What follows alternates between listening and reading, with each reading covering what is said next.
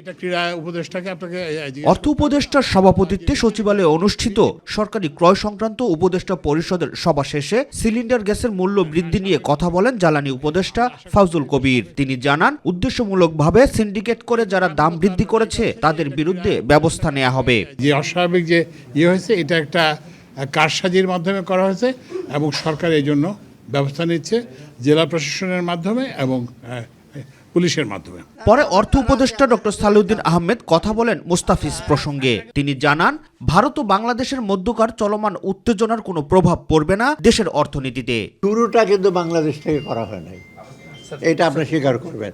শুরুটা বাংলাদেশ, এটা স্পোর্টস, তাদেরকে আমরা অ্যাম্বাসেডার বলি, তাই না?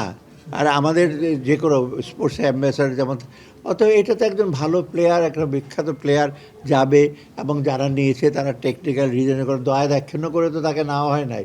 অতএব সেটা হঠাৎ করে বন্ধ করে দেওয়া একটা কারণে, সেটা তো খুব এটা সিকুয়েল যেটা হয়েছে এইগুলো, সেটা আনফর্চুনেট। আমি বলি এটা দুঃখজনক, এটা দুই দেশের জন্য কারোর জন্য ভালো। আমরা চাই না কোনোভাবেই কিন্তু আমাদের সম্পর্ক, আপনি রাজনৈতিক ক্ষেত্রে বলে অর্থনৈতিক ক্ষেত্রে এটা হ্যাম্পার হোক।